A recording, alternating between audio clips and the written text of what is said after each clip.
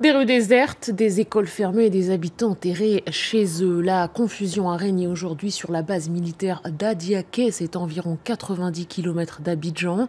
Aux premières heures du jour, des soldats ont tiré en l'air et puis plus au nord, à 700 km de là, même scénario dans la ville de Tangrela, non loin de la frontière avec le Mali.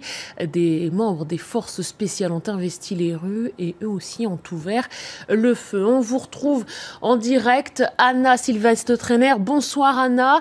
Dites-nous, le calme est-il revenu ce soir à Diaké?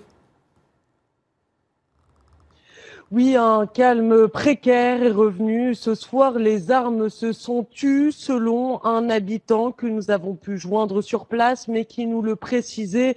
Tous sont encore très effrayés et terrés dans leur maison après cette journée où des tirs n'ont cessé de retentir. Ce sont cette fois des membres des forces spéciales, un corps d'élite donc de l'armée ivoirienne, dont un camp est situé en bordure de cette petite ville du sud-est du pays, qui ont fait savoir leur colère. Cagoulés, ils se sont postés aux entrées et sorties de la ville. Ils ont tiré en l'air, patrouillant dans les rues. Selon nos informations, ils veulent obtenir la même prime que celle qu'ont eu les mutins en janvier. 8500 soldats d'anciens rebelles avaient obtenu 12 millions de francs CFA chacun.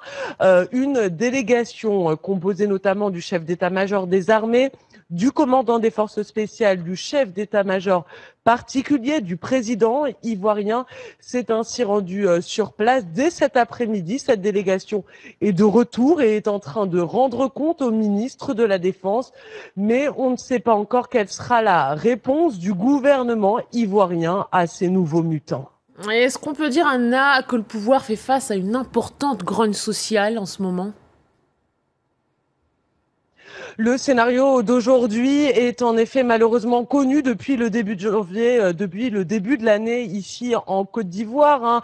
Vous vous en souvenez, après la mutinerie qui a eu lieu à Bouaké tout début janvier, cela a touché d'autres villes du pays comme Yamoussoukro ou Abidjan, ici la capitale économique. Et puis il y a ensuite eu les gendarmes, les pompiers qui ont fait savoir leur colère.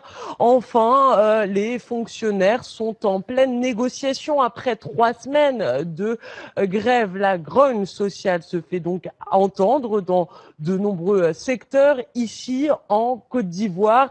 Et en réalité, les primes qui ont été accordées rapidement aux premiers mutins semblent avoir renforcé la détermination de certains et aiguisé certains appétits. Un grand merci à vous, Anna, pour toutes ces précisions.